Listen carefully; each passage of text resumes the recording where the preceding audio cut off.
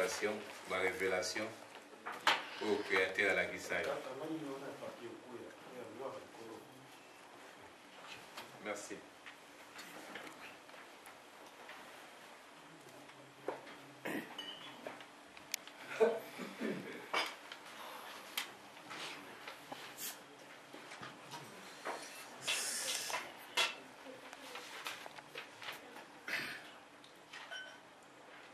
Il y a les bossons, on a aussi appuyé merci. On a l'organisateur, il y a conférence Nabiso, c'est la libération du Congo. Tout le monde parce que voix ils ont été moqués parce que depuis Nayaki, nous avons la tournée d'Europe, nous avons la conférence, pas une news, et les gens me posent beaucoup de questions. Donc, ça l'effort de façon que donc on a remercié l'organisateur pour l'effort Basali pour organiser la conférence Oyo. Parce qu'il va dépenser Bambongo na Bango, Bachimi Tuka na Bango, à notre disposition pour tout le Sangana et nous devons être reconnaissants. Nous avons l'écriture, Mandombe qui est l'écriture de la race noire, révélée par Papa Simon Kimbangu depuis 1978. Et pour les autres temps, nous avons très bref, mais nous avons le Mbangu. Mais avant la côte à la Mozindo, il y a une conférence, c'est la démonstration sur l'écriture négro-africaine. D'abord, maman, vous avez pour 2 minutes.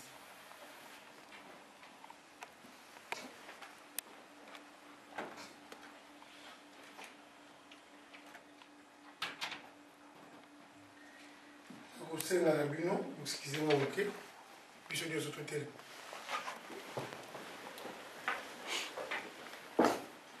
Tout à l'écolo, on a une bonne de la moquée. Na kombo ya tata Nzambe Nzambe oyo akelaki mokili na kombo ya Papa Simon Kimbangu Molimo Mosantu Nzambe na biso yo osalaki miso oyo biso tokomonelaka yo ozali komona mayema aza koleka na se ya ntango bana mibandeli na tina biso bato mwindu bana na colonisation na esclavagisme pardon toyei kokota na colonisation malgré toyei kozwa na indépendance mais colonisation ezali kocontinue mais yo osala miso oyo biso tokomonelaka seke yo oza komona oyo nyonso eza koleka biso bato mwindu Nzambe na biso yo osala matoi oyo biso toyokelaka biso tozali kolela ntango nyonso bakoko na biso babandaki kolela ntango nyonso na ntina kolela bakoko na biso yo omikitisaki na Papa Simon Kimbangu mpona kobikisa biso bato mwindu Nzambe na biso yo osalaki monoko oyo biso tokolobelaka yo okolobaka pamba te obengaki ngai nayokaki mongongo na yo yo ozali na puissance pour mokolo wana na nzela nkambo okangaki nga makolo pendant 5 heures du temps bato baza kobenda nga naza kolonga te nakomaki nzete papa pasi soki eleki mwana nyonso akotalaka tata na ye nde moto atokelaka ye solution yo olobaki na biso ete mawa na bino ezalaka ntango na ntango kasi ndenge nini moto mwindu akozala kaka na pasi lelo oyo makolo na ngai oyo ekangama na mabele ekomi na mboka Berlin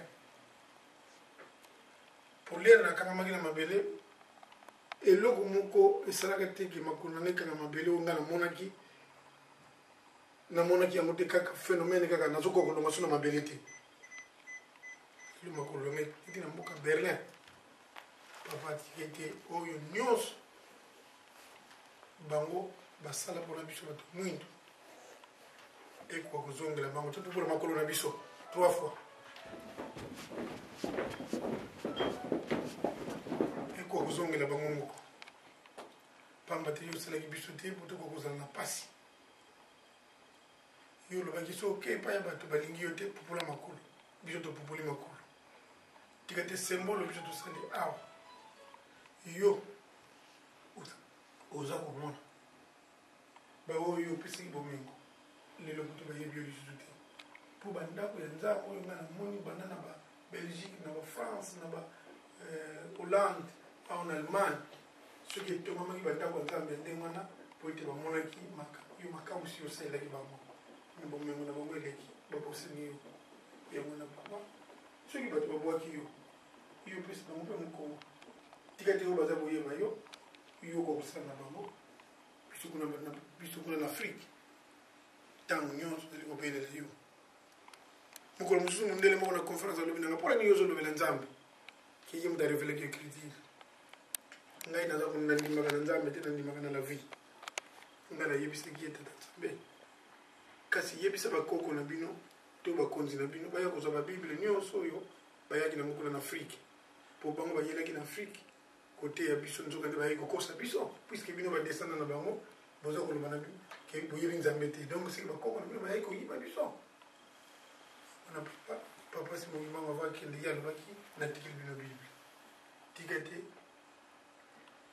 eloko bango babwaki biso tozwi na biso yango tika te ya nzambe na biso yokoka koyamba biso ndenge mpe biso toyambi yo na afrique osala kati na biso po te mokili bayeba ete solo yo ozali nzambe mpe okotikala kaka nzambe nyonso tokoloba tika te ekuta na yo moko po te kokobonga mitema na biso po tosalima solo na kombo tata mwana mpe mosantu amen ovanda bino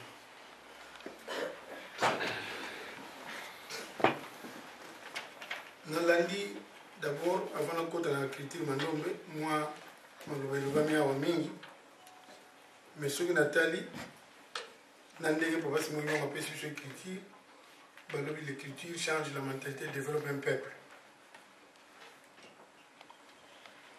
C'est-à-dire soki bozwi écriture kokobongola bino ngai nalanda message wana réponse wana na France na radio France international oui France Inter international RFI donc bapozaka auditeur moko moto apozaka question na journaliste moko que savez-vous d'une écriture? L'écriture change la mentalité et développe un peuple.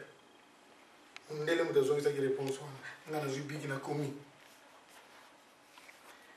biso bato mundu tozalaki na écriture te mais lelo tosi tokomi na écriture soki naza koloba te tokomi na écriture tembe ezali te parce que nasi nasali oyo lelo nazosala awa ezali 262e conférence nasali baconférence na bauniversité presque na mboka na biso na unikine na faculté de lettres na faculté de sciences na faculté de polytechnique partout na université catholique epai nyonso naza koleka bato baza kosepela baprofesseur baza kosepela raison pour laquelle d'ailleurs bapromettre ngai na mois de décembre bazopesanga titre ya docteur honoris causa. Eh bien l'écriture change de mentalité mais soki totali mentalité oyo tokochange eza d'abord na mitu na biso prise de conscience parce que totala kaka lelo ndela kenda tika mboka biso na biso toza kobomana toza kobunda toza kowelana mpona nini kozanga bolingo or soki prise de conscience ezalaki tokoki kobomana te tokoki kosala na mabe te e ti lelo moto mwindu azali kokontinue kosalela écriture ya bapaya mpe minoko ya bapaya mpona nini kozanga prise de conscience tozwi indépendance batiki biso mais biso moko tozokontinue kosalela minoko na bango tozokosalela écriture na bango soki mpe totali lisusu biloko oyo biso bato mwindu toza nango kuna barichesse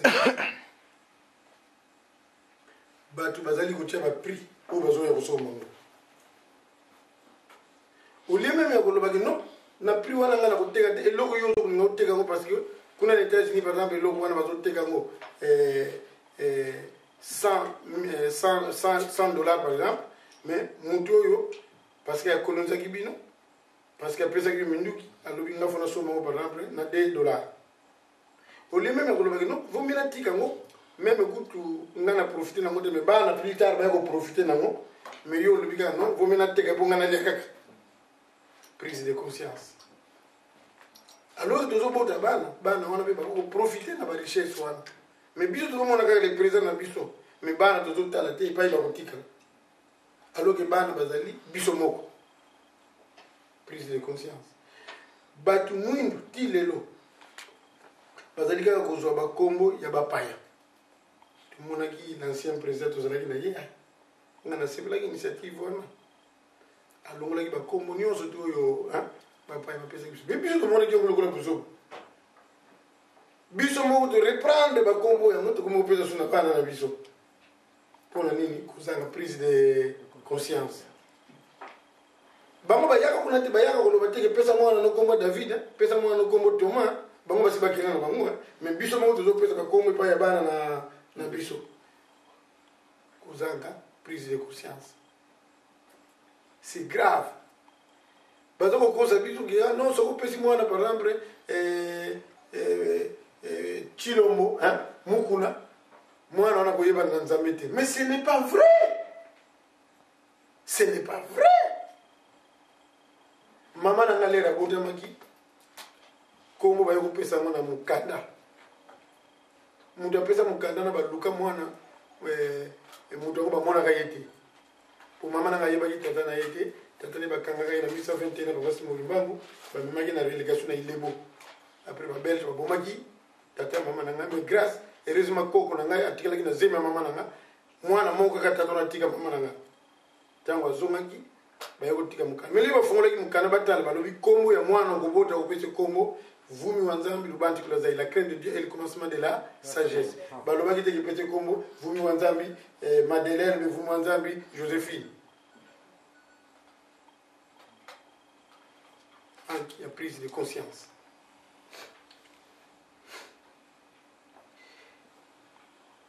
Mutu mwindu alingi kutu aliaka ndenge ya mupaya. Tamu mutu alingi kulia asukuli maboko ne pipo alia na maboko azoyo kasonda. Pona nini? Bakoseka ngai. Même so de côté na restaurant ba minene yo pofu na maboko na yo olia na yo ne uzokolera kuna na mboka na biso. Po mukolo mo ngana mona ngana tana noko aza sango. Sango ya katoliki. Noko aza kozala na paroisse ya Tumba. Baza kozala na ba prêtre catholique ba mindele. Muko mususu ngana gele kutala ye. Bake kolia na ba prêtre ba na ba sango ba soluli ba sisi kolia potso ba sisi osokola kolia pardon baza kosola avant ba kilola. Ba lo la situation église na bango. Et ben tant de côté na chambre noko episinga David. Pour attendre ben toujours David comme pesa na bo mwana. Tolia kwa na biso na mfungo ba yokutikira biso awa bamindele wala ngolika ka tolia ka biloko ya bango bali ngolesa nga biloko ya bango tosokoli maboko bani kolena na maboko tolia kwa na biso na maboko tolia ndenge pela balia ka tofina na maboko ndenge balia puis on mona fait on senti qu'on à l'aise biso tout qui na ba restaurant toujours que lango so alors que tango yo salika même bango bazoseka yo kotala bango te ndenge ba chino basalaka lelo ba chino bango devisa bango mo ba chino bazali koseka bango liboso mais ba chino bazako kipe bango te prise de conscience mutu mwindu azali kosalela politique ya bapaya azomona te ke biso moko tokoki mpe kocréer eloko na biso moko te oyo kotia biso à l'aise po te mboka na biso ezala déranger te mais tolinga kolanda biloko bapaya démocratie o socialisme mais oyo biso tokoki kocréer bango mpe bakoki kocopier tokoki kosala yango te prise de conscience donc voilà likambo oyo nyonso tolobeli awa sur les changements sur le développement du Congo, sur le Tali, ezali kaka likambo ya prise de conscience ntango mosusu makambo mosusu parce que soki tolandi makambo ya politicien okobeta mabako na bino mingi mais lere mosusu organisez-vous mettez-vous au travail bokomona na misala bokosala bato bakomona ke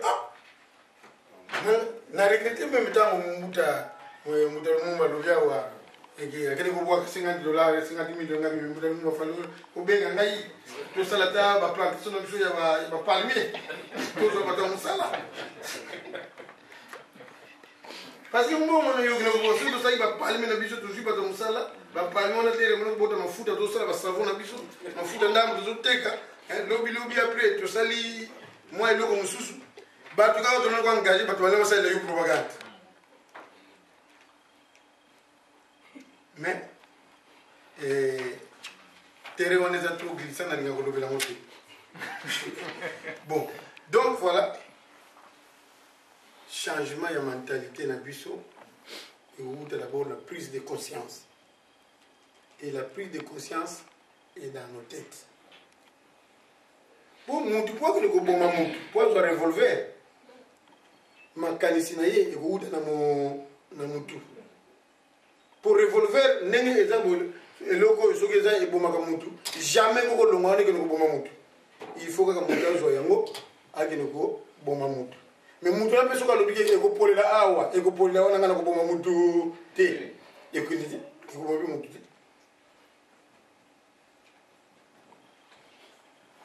donc voilà ndenge lelo toza komona bapétrole toni na bapays d'Afrique même temps mosuku nokuta kuna batable eza komata mais awa bapétrole baza kosalela yango jamais bomonaka ezanga biso moko bakolo nango kuna oleki totoloba kino botikaka pétrole yango evana nango bana na biso plus tard bakotoyebi na biso kobongola yango te botika tozela bana na biso ntango ndenge bozokende kotanga na poto bakoyeba mayele wana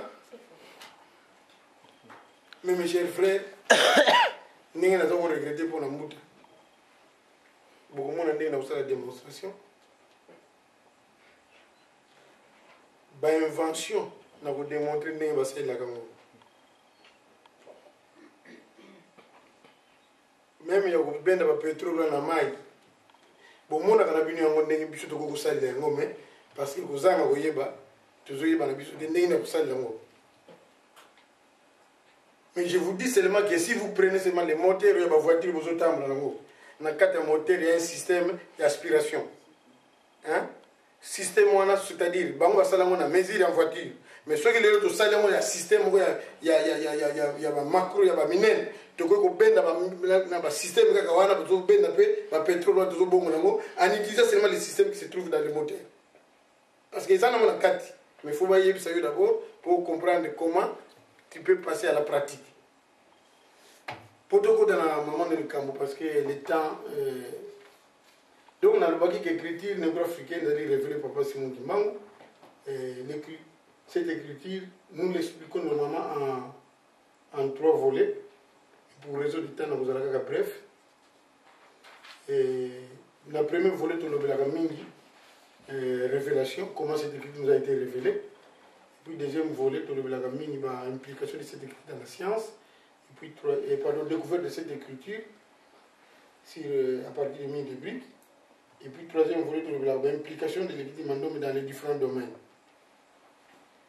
Alors, en ce qui concerne le premier témoignage, le premier volet, pardon, on a développé 7 points, mais on a expliqué en passant. Parce que le temps exact pour démontrer ce qui s'était passé au GIS. Donc, ngai ndeko na bino na yokaka mongongo ya nzambe na lalaka na ndako na zaka na veni nyanza numéro 104 na zone de Kinshasa na lere wana na yoki mongongo ya nzambe na likolo ebenyi ngai elobi na ngai David kene na nkamba kene kusambela usukola okozwa musala mpona bato mwindu. Donc audition d'une voix me priant de me rendre en Kamba pour se baigner, pour prier se baigner dans la source sacrée pour recevoir une mission en faveur de la race noire. Deuxième point, apparition de Papa Simon Kimbangu. Tant de longa qui n'en a, parce que tant on insiste que Papa parle dans la fond quelqu'un Kamba pour nous voir pour voir ça se répéter. Si on a la liga, ça se répéter. Na l'autre kabandot mususu.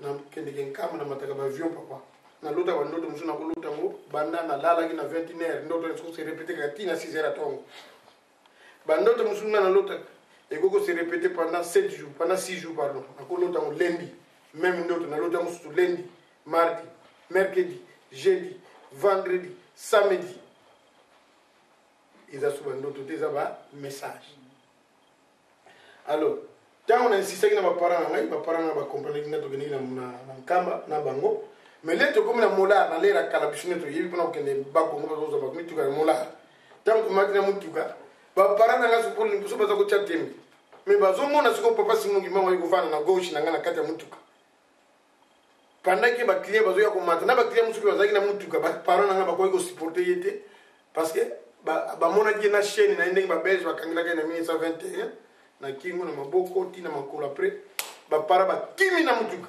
paga isalama na mola kwa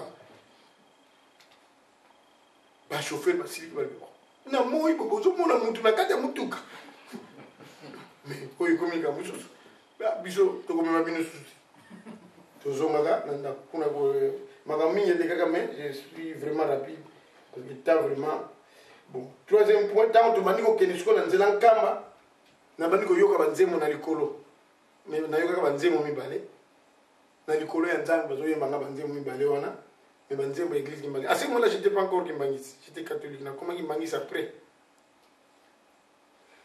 et puis banzemo mibale na zako yoka nzela nyoto zo kende na zo yoka banzemo wana mais baleki na ngoto zalaki na bango bazo yoka muti soki ba yembi bakati après mususu bandi mais baleki batu ba comprendre nga bazako yoka te et puis parce qu'à partir de Mazango, nous avons besoin de Boyaka, la Gagatena Kenkamba, Yebisaki, parents, Magingaï, qui est non pour Kenkamba, des choses de catholique, il y a Kimaka na Butuna, deux cousins, na 4h du matin na Kimaka. Tokenai na Bankamba, Bangonde, Monaki, Makambo, Nazo Yebisangai, Nazo Yebisabini. Alors, 4e point. Vie d'une constellation des étoiles, c'est-à-dire na koma ke sika moko na butu ta na bani ko bonde là. Alors cousin na a kati na lobi na ngai tellement comme ça le canal kolo na kati prière parce que na sisa ki prière te cousin ma na photo wana sisa ki na yese kala milité azo ça pas dans son na kisasa na eh ben natali na likolo boye na moni ba étoile nyonso sangani sali li bouquet. En dehors, il y a cercle, on a étoile, sauf la ligne qui était en dehors du cercle. Alors, juste le message qui a mis tout dans le bichon. Mais il y a étoile parce que quand il y a clair de ligne, tout le monde a étoile par pied dans le ciel. Mais mon colon a étoile, et ça juste au-dessus de nos têtes. Et puis, c'est un bon signe de continuer. C'est là, tu vas nous table la bichon. Après tout comme on a les bosso, on a senti ma belle banu ningana.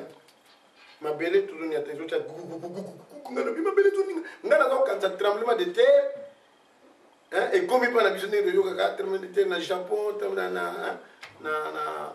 na Indi, tremblement de terre na Chine. Bango balo ningana, ma belle tout ningana te. C'est pas possible. Ma belle tout en tout cas. J'ai eu la chance, il y a un tremblement de terre, parce que avant de venir en Europe, on a tourné dans Kisangani, en province orientale, on a dit Bounia. On a dit Tsende, Komanda, on a dit Bounia. On a Bounia, on a dit tremblement de terre, les gars. Donc, on s'est dit mais, ma belle zone, et puis après un certain temps, j'ai senti mes deux pieds pouf collés au sol. Je ne peux pas. Le nègre n'a pas na kanama na mabele. Nègre n'a pas na kogi ko longa le kol na mabele le kol ba tchenga ba kol patex na se kuna le kol ba ema moko ba kanagi na ba kuna le kol ba ventouse. Na zo tante na benda makolo bo makolo zo ezo longa ko ezo boya ko longa. Na kanami na mabele za miracle mangol. O kanama ndenge na kanami na miracle mo zo le ka. Ba cousin na ngona ba ye ba bani ko benda nga comme ça de part et d'autre ba zai ba mi balé à force même ya ko benda nga na banu centime ko ba singa bino botika bo buka ka mi ko mais ni tous les gars on a bien comprendre ti a fait les comptes. Moule bani ko menacé. Ba kake badi ko beta bango ba lubi meto ki ma moule lingo no kanga bime. Ma ko lete ko kanga ko ki ma ndenge. Finalement moule ma casse bani ko nonka nous étions complètement mouillés. Eh ben pour nous la rapide na Kamboyo parce que c'est très important pour Yokango. Tu vas là pendant 5 heures de temps. Et puis après 5 heures de temps, sans aucun effort, bah ben qui n'a été. Quand on a déplacé, on n'est pas dans mon acquis. Et ceux qui ont un normal, on a fait. Mais l'homme c'est quoi? Et pourquoi ils ont le mal pour soutenir? Vous voyez? Alors ce qui a encore étonné, qui nous avait étonné, nous n'avons pas de ma belle, ndenge mulangi na tribu ina china mabele pour tout mama nous une tempête pour tout longa na 4 heures du matin tant to kimaka cousin nanga ina zo muinda bo ndenge na chemulangi boye cousin nanga ko azo sala na pas damson wa sisa na yesi ye o ya mona ki betuale ye peka mdanga zo muinda alinga be na muya tena muinda zo kana miya David ngabi muinda kama ndenge ngamo na kena simi singa muinda na bani ko benda boye singa muinda e boye ko na mabele réservoir à pétrole, ça n'est qu'à coller au sol. Parce que le réservoir n'est pas contact dans ma belle. Donc voilà. Après, parce que je n'ai pas voulu continuer sous un cam. Bon, tout ça, le chemin de retour. Alors que tu as 12 km pour te commencer en cam, et pas de route, il faut encore plus de 50 km. Oui. Bon, nabi photo zo ngapota mususu ba noko ba lingi to ya to kimaki peut-être yango to mona to zo to mebisa d'abord sango parce que les biso. Et puis tant de comme un village mususu to za ko leka to to keleki nzala makolo ba to moni biso ba. Mais bino boza muye boyi. Makamoni nabi to zo kelen kama makolo kama ni mabele na liboso yango to zo. Mais là ba to ba lobi ke beaucoup leka boyete mu yo kama mabele na contre na biso. Il faut que le chef du village parce qu'il doit représenter l'État n'a pas serre qui banise. Il faut que plus vous avez un cas. Tant que il y a pasteur qui banise, il y a un chef du village. Quelques minutes après, une femme qui revenait de la rivière avec son seau d'eau, je ne sais pas moi qu'est-ce qu'elle avait vu. Dès qu'elle m'a regardé, elle a boit qui catine na ya à qui m'a dit ça.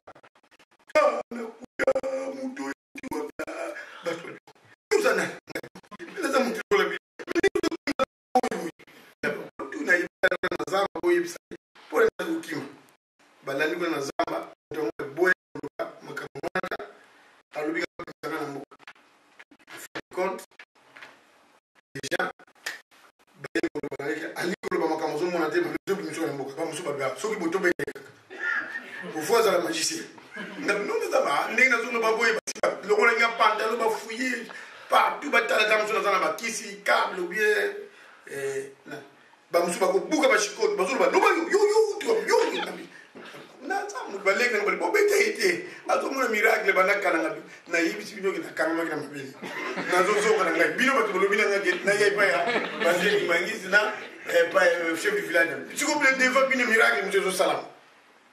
Bon, tu es là, les gars, on va vous mettre. Tu vas le bon. Biso de moni. Au gozo, on a des faux comme un cas. D'accord, pas de problème. Il y a tout ça qui est des tout. Bazo, vous êtes sur un camp. Quand tu communes entrer en camp, les libosos, les documents, tu coûtes à l'immunité, tu ne sais pas que sans problème. Toujours immunité. Après, tu continues qui, quand tu communes en camp, tu as mon avis, na musika à l'attaque bleu blanc tellement que le bosso il y a entrée principale en Kamba.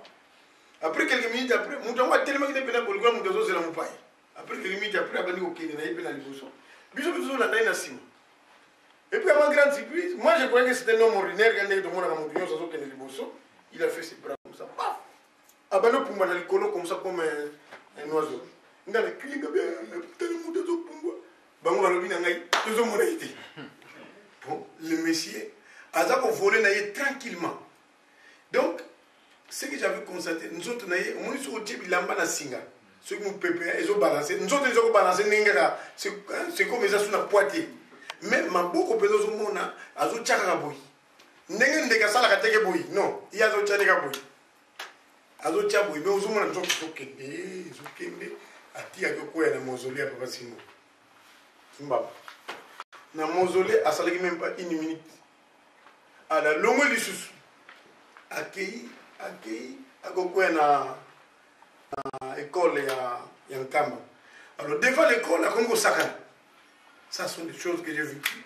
Akomi kosakana, c'est-à-dire kosakana ndenge moni bâtiment scolaire ezaka molai ye azosala soki asali akokwea na suka bâtiment atourne asoki pas moko asongi na suka bâtiment et puis il a fait ça plusieurs fois azokende na suka bâtiment azosote azongi na suka bâtiment azokende na suka bâtiment azokende na bâtiment après atelemi na katikati ya bâtiment asali tout droit maintenant bande okende maintenant ligne verticale azokende nazomona ina ndenge akomaki lokola fuma ndeke akoti na mapata nde tokomaki na Nkamba tosuplikaki makambo nyonso oyo ndenge nayebisi bino batinenga na susu sacré nakende kosukola après tosambelaki après namona mama na ngai na grande sœur na banoko baye kolandanga mpona na Nkamba le même jour tozongaka et puis après ntango tozongi ngai nasengaki nakende Kinshasa mpona kutana na son dominance na ngai na konkima le premier chef spirituel de l'église Kimbangisi ntango tosololaki na chef spirituel elaki Kinshasa tosololi na ye naexplike makambo nyonso ndenge namonaki alobaki na nga kaka na mokuse kaka ke vous avez une mission parce que mon père avait prédit en 1921 il y a des jeunes gens qui auront une mission spéciale mais vous allez les découvrir par des signes oyo nyonso vivre eza basigne ezolakisaki mon père t'a choisi donc voilà papa alobi na ngai à partir de maintenant il faut commencer à beaucoup prier parce que mon père viendra lui-même te dire qu'est-ce que tu vas avoir comme mission personne ne dira ça nalandaki conseil ya papa makambo mingi elekaki wana mais mpona kowela ntango alors maintenant ntango nazosala mabondeli wana parce que nasongaki Mbanza-Ngungu parce que nous avons une parcelle Mbanza-Ngungu famille etikali nango kuna te na préféré kino kovanda kuna mpona sala bapriere na ngai na lero wana koko na biso asalaki nanu kuna na bagrande sœur nazalaki kobondela mingi nasalaki 8 mois de prière ya jeune mpona kosenga makambo mingi elekaki puis après papa Simon Kimbangwa nani un jour naye kodécouvrir d'abord na moi rapidement mpona kene mbangu papa naye kodécouvrir que mire le brique ezalaka na 2 éléments voilà mire le brique yango oyo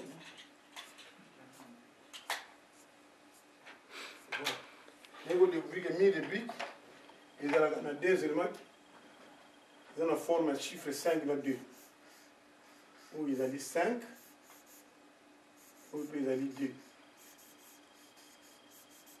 2 soki tobimisi yango komona ke ezali kaka g ya chiffre 5 union 2 union 5 union 2 union 5 union 2 union 5 union 2 5 union 2 voyez donc mire de brique oyo tokomonaka ezalaka dans 2 éléments qui ont la forme de chiffre, de chiffre 5 et 2. Après, on a découvert, quand on a isolé des chiffres en haut, pardon, 5 et 2, on a découvert que ces 2 chiffres sont symétriques par rapport au principe de miroir. C'est-à-dire, quand on a fait la recherche, on a découvert que ce qu'on a 5, on va dire que on a komona soko tali 5 na kitalatala 5 komi 2 komi 5 voilà donc na utilisaki miroir wana comme instrument de recherche na ngai na kati ya laboratoire na ngai ya chambre donc na se débrouiller pour me comme na université batuna ngai mais laboratoire ni yoso ko sala ba recherche ngai laboratoire na ngai zaki chambre mais instrument na ngai zalaki miroir voilà alors maintenant bon, papa va là, tu bâtis ici 2 heures du temps. Oui. Cela veut dire que à moi, temps mingi. Donc, même au bac, c'est 30 000. Parce que c'est l'importance, mon nene. Oui. Alors, on a changement. Maintenant, on a deux chiffres. On a découvert que ces deux chiffres sont symétriques par rapport au principe des miroirs, qui dit que l'image d'un objet formé dans un miroir est symétrique à l'objet par rapport au miroir. Il est même grandeur que l'objet, mais ne l'est pas superposable. Et ça, principe existe, mais c'est naturel. Hein? Parce que au Congo, on a même des gars, on a par exemple Congo, qui m'a quitté talo, mon atala, qui n'a matalana, et qui m'a quitté talo, qui n'a pas de musique, quand il y a des tensions qui sont. Donc voilà. C'est-à-dire que nous, on ezali ndenge moko na moninga wana eza kotala ezali munene moko mais bakoki ko superposer yango te. Voilà. Alors na évoluer ki ndenge ni naza na 5 soki tobakisi 5 trait na C à 5 ezali 6 toza na 5 soki tobakisi trait na 5 na likolo ekomi 9. Or na littérature toza komona bien que 5 ezokoma 2 et puis 2 ezokoma 5. Donc soki toza na 2 ici tobakisa trait na C oyo soki totala na littérature tokomona 6 et vice versa par rapport à 2 qui devient 5. Soki peut tozwi 2 totie trait na likolo soki totala na littérature tokomona 9 et vice versa. Voyez? Donc élément oyo mibale tobenga yango élément transitoire et par rapport élément simple oyo élément composé ou des éléments transitoires. Maintenant, comment je fais pour passer du simple au complexe? Maintenant, je fais la sommation union to salisko yo kosangisa élément composé dans élément simple. C'est-à-dire, je dis par exemple ici l'émission et l'eau. Je pense que vous avez un peu de temps. Voilà. Donc, et donc, je suis. Ce que bani na C, on va bani on a 9. Ce que bani na likolo, on va bani on a 6. Il y a un élément transitoire, élément transitoire. On va passer dans l'élément oyo pour y avoir ça élément complexe. Alors, élément complexe oyo. Maintenant, on a le parce que dans toutes les universités, on a les étudiants. Nous avons toujours qu'il faut la langue. Vous négligez la langue parce que quand vous avez une écriture, vous avez un message dans la langue. La langue traditionnelle. Il faut pas ça, j'insiste toujours dans les universités. Pas juste en dépasser. Parce que tant que professeur Lofo, dans la faculté de sciences, qui exposé comment j'ai découvert de nouveaux types d'angles. C'est-à-dire, à part l'angle, il y a exception en classe angle droit, angle guide, angle plat. Moi, j'ai découvert d'autres angles à partir de ces éléments ici. Nous avons angle, professeur dans la faculté de sciences, non. Ce sont des angles réels qui existent, qui flottent dans la nature, mais toi, tu as pu capter ça. Mais il faut appeler ça des nouveaux types d'angles. Eh bien, quand on a découvert un nouveau type d'angle, professeur Lofalobi Nangaï, c'est fini, l'écriture se confirme. Mais pesa ba kombo ya biso batu mwindu. Na ba biloko nyonso yo za kosala parce que na zo benga toujours na kala 5, 2, 6, 9, revers de 6, revers de 9. Il y a le non. Faut pesa ba kombo ya biso batu mwindu. Na yebi professeur, le prof, moi je ne sais pas comment je vais donner les noms à ces hommes, comment je vais les appeler. Aidez-moi. Vous m'aidez pour la nomenclature. Il y a un Dieu qui t'inspire. Allez demander à ton Dieu de te donner le nom. Alors, dans Salaka, on a réfléchi, parce qu'il y a la mathématique ici, il y a la géométrie, il y a la mécanique, il y a l'art plastique. Mais comment je vais continuer à demander à Dieu de me donner le nom? Eh bien, réfléchir, je vais poser le nom dans ma culture. Parce que mon union surtout, ayebi culture na yoto ayebi langue na ye, yeba mabomba mi ezaka pe na ba. Alors moi j'ai commencé à étudier la langue du Congo, mais nasalaki d'abord analyse moko na monaki ke na lobelaka ngo po bana ba yeba comment faut-il faire des recherches. Na ye komona ke nzembo moko bakoko na biso baza koyemba na banda Bongoko dans tous les villages du royaume du Congo. Et ba chercher na biso bagena iko tang chercher mo ka siseng na université de Lubumbashi. Agena iko tang na Brésil. Agena ko découvrir ko na Brésil ba yemba ka benzembo wana. Na nzembo na bazako yemba, nzembo na bazako yemba ngo boyi. Ngele munzila Congo. Donc je rentre, je pars sur la route du Congo.